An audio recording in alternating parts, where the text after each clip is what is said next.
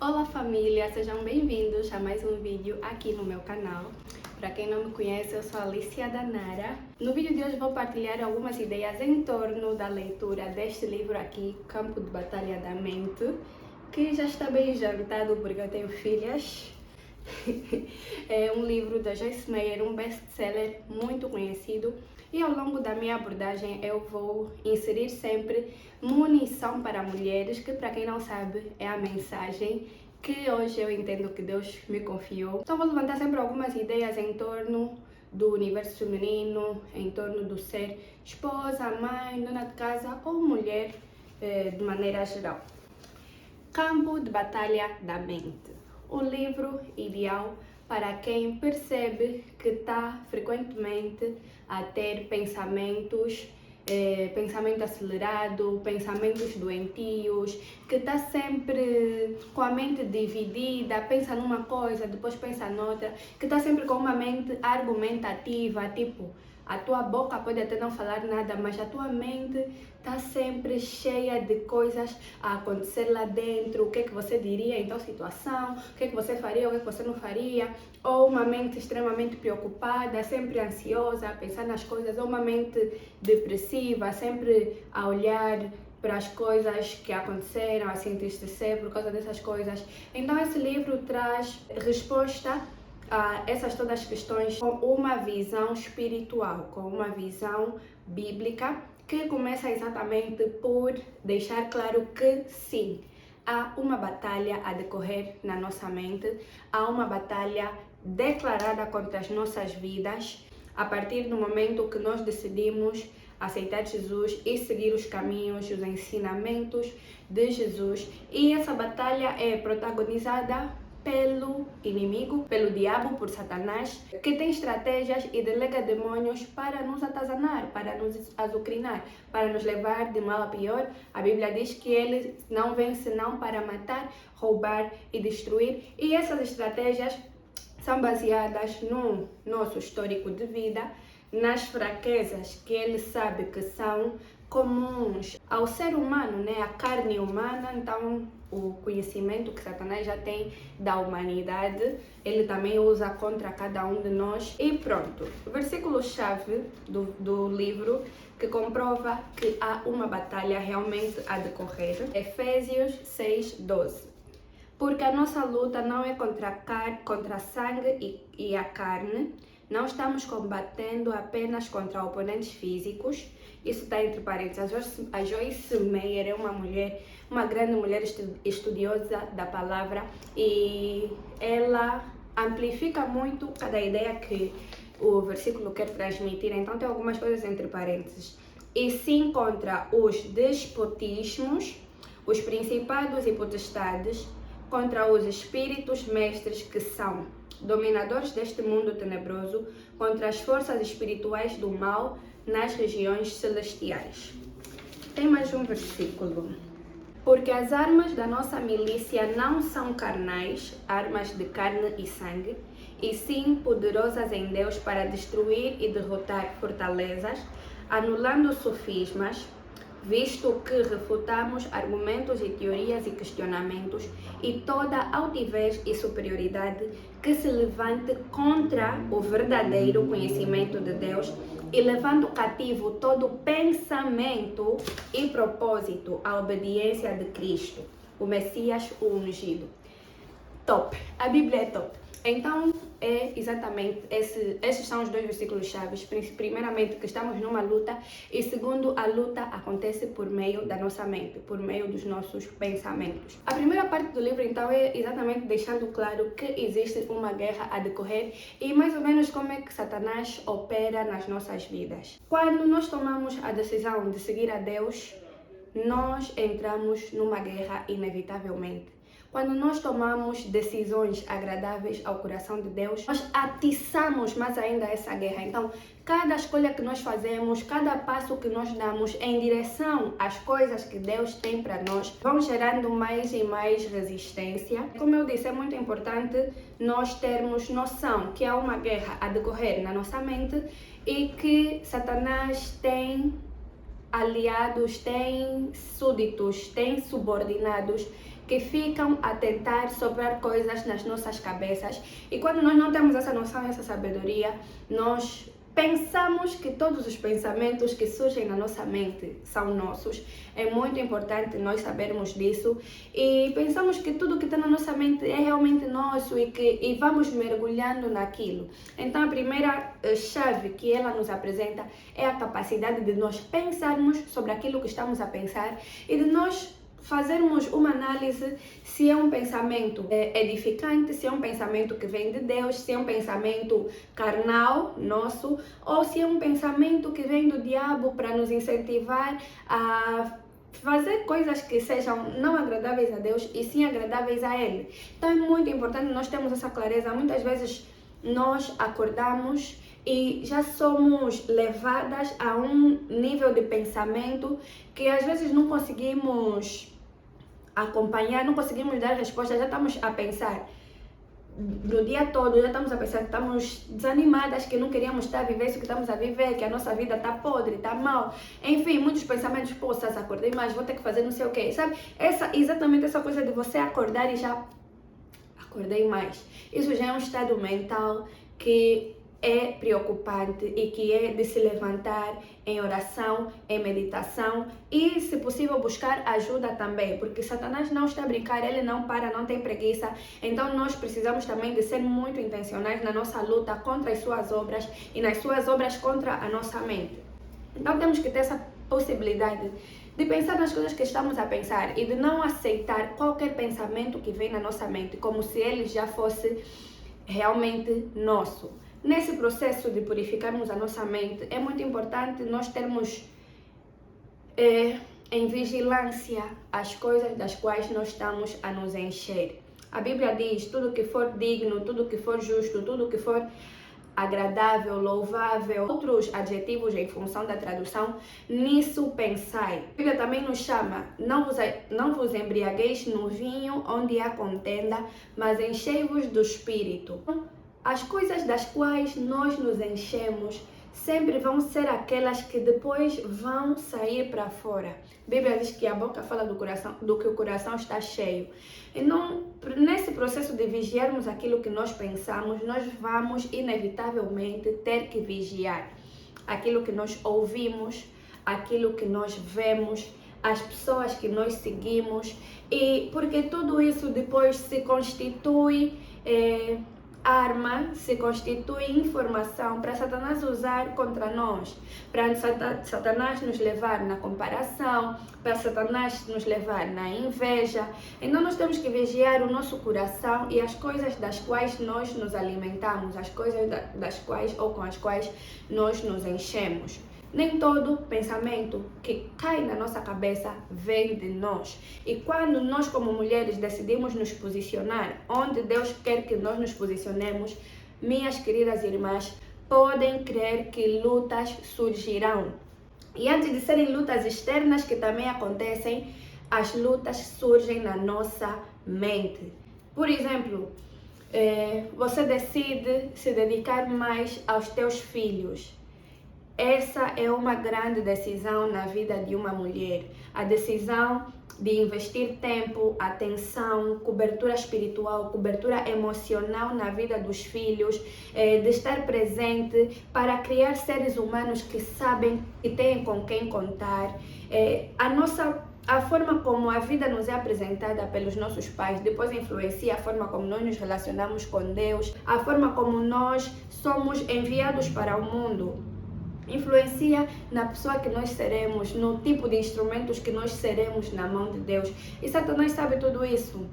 Então a primeira coisa que ele faz, quando ele quer atingir uma criança, nem é lutar diretamente com a criança, é com a mãe, é com o pai da criança. Então hoje nós vemos mulheres insatisfeitas em serem mães, insatisfeitas em dedicarem tempo para os filhos, insatisfeitas em adiarem até um tempo mais oportuno certos objetivos, certos projetos que têm em prol dos seus filhos. Minhas queridas, isso são obras malignas.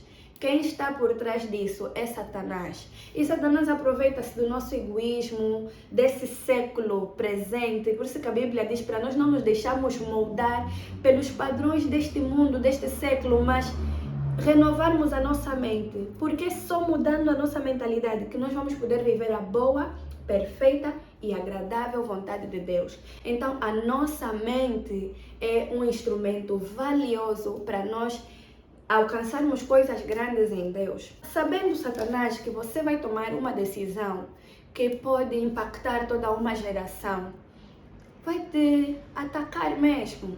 Então você acorda, já começa a nutrir pensamentos maus sobre os teus filhos e depois começa a se ver no palavrear. Essas crianças só me estressam.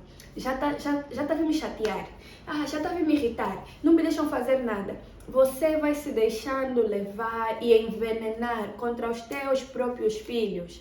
Mas chega uma hora, e esse vídeo que seja um instrumento também para isso, que Deus nos convida a pensar: calma, de onde é que está a vir esse pensamento? De onde está a vir esse sentimento?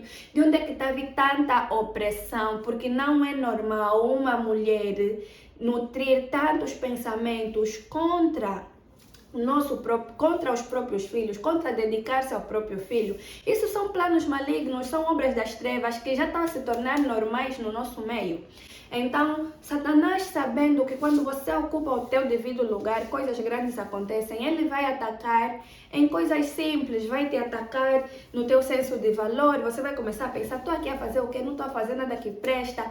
Então, nós vemos mulheres a serem constantemente atacadas nessa área e quando nós paramos para separar o que estamos a pensar e perceber se esse pensamento vem de Deus, se é agradável a Deus e se me leva aos locais preparados por Deus para mim, nós conseguimos repudiar certos pensamentos. Nós conseguimos dizer: não vou me deixar alimentar por isso, não vou me deixar escalar essa montanha de pensamento. E quem fala desse aspecto da maternidade fala de muitas outras áreas da vida. A Bíblia diz mesmo que Satanás anda ao nosso redor e derredor, bramando como um leão e procurando a quem possa tragar. Então ele está perto, está atento a tudo, pega em pequenas situações para criar divisão. E por isso também as obras da carne, né? Tudo que vai resultar em divisão, tudo que vai resultar em contenda, em inveja, em guerrilhas, amarguras, é coisa de nós pararmos e refletirmos de onde é que isso vem e para onde é que isso vai. Se não é agradável a Deus, a gente descarta. Então Satanás fica a soprar coisas na nossa cabeça e se nós nos deixarmos levar, acabamos por não atingir tudo quanto Deus nos criou para atingir.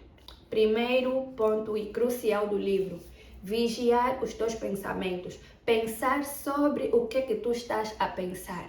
Uma estratégia valiosa para você se guiar melhor ao longo do dia e ao longo da vida. Então ela também vai falando de algumas doenças da mente, porque às vezes a nossa mente não está normal ou a nossa mente já está num nível, né? Por exemplo, voltemos ao exemplo que eu dei. Às vezes já não é uma coisa de um dia só. Às vezes a nossa mente já está num nível tão profundo de submissão a ideias malignas que é preciso todo processo para nós desconstruirmos essas ideias. E ao longo desse processo a guerra continua, os pensamentos continuam. Parece que você tenta fazer uma coisa e vem muitas ideias contrárias. Isso quando as próprias circunstâncias também não contribuem, ao contrário, para te parecer que você está fazendo a coisa errada. Quando você já tem tendência a se vitimizar, então Satanás pega e usa o teu histórico de vida contra ti. Tipo, no teu pensamento parece que é a teu favor, nessa coisa de você sentir pena de você mesma e de você se deixar levar por isso. É a mesma coisa de se deixar levar. Tipo, nós temos que ter a capacidade de reparar no que estamos a pensar e dizer: para, que está ridículo. Se posiciona melhor na vida, se posiciona melhor e esse posicionamento melhor funciona na mente. Então a nossa mente vai sendo alimentada por ideias malignas em relação àquilo que tem valor e aquilo que não tem, em relação àquilo que vale a pena nós estarmos envolvidos a fazer. Muitas vezes Satanás motiva contendas, só mesmo assim, ele é malandro. Ele é isso, ele é aquilo, ele não merece. Não estou a perder o meu tempo aqui. Vou lutar por essa família, vou fazer isso, não vou fazer isso. E você vai se deixando levar, você vai se deixando encher, você vai se deixando acreditar que essa é a verdade, mas essa não é a verdade. A verdade é baseada na Bíblia. Então nós lutamos, nós munimos a nossa mente conhecendo a palavra de Deus, estudando continuamente o que Deus diz a nosso respeito, o que Deus nos orienta a fazermos, declarando a palavra, e com isso nós vamos mudando a nossa mente. Quando nós percebemos que a nossa mente está a entrar em padrões que não agradam a Deus, aí nós conseguimos recuar um pouco, começar a dizer mesmo versículos na nossa mente, começar a entoar hinos na nossa mente e na nossa boca. São ferramentas que nós temos para lutar essa batalha da mente. Fala também de alguns tipos de mentalidades, e aqui eu quero destacar mentalidades de deserto, é como ela chama, que é o povo de Israel sai em direção ao Egito e é uma viagem de 11 dias, ela diz no livro. Eu já ouvi algumas pessoas a dizerem que é tipo 3 dias, mas aqui no livro ela diz que são aproximadamente 11 dias. E como é que você fica 40 anos num processo de 11 dias? É a mentalidade. Eles foram andando em círculos porque nunca se deixavam verdadeiramente moldar por Deus. Aquilo que saía da boca deles, as reclamações constantes, a murmuração constante, aquela declaração de que onde eu estou não é suficiente, o que eu estou a viver não é bom, aquilo é que lhes manteve naquele lugar, ao ponto que quem entrou na terra prometida nem foram os que tinham saído do Egito, porque eles simplesmente não deixaram a sua mente ser renovada. Minha bebê acordou. Aquela toda geração precisou morrer porque eles simplesmente não se tornaram prontos para entrar na terra prometida, para entrar naquilo que Deus tinha para eles. E aqui é muito importante. Nós só passamos para o próximo nível quando nós nos deixamos moldar e vencemos o nível atual. A murmuração manteve o povo israelita no deserto por 40 anos.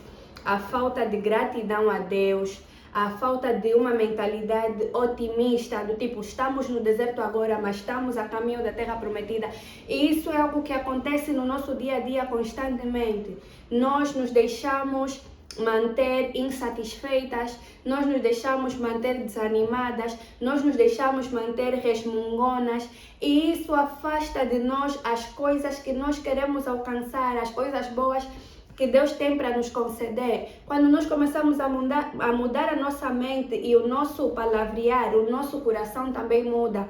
Torna-se mais disposto a esperar, torna-se mais disposto a suportar. A nossa resposta à mesma situação muda. Situações que antes nos faziam gritar, porque a nossa mente já estava cheia de coisas más, agora nos permitem dar uma resposta diferente, uma resposta mais tranquila, uma resposta mais espiritual, mais agradável a Deus.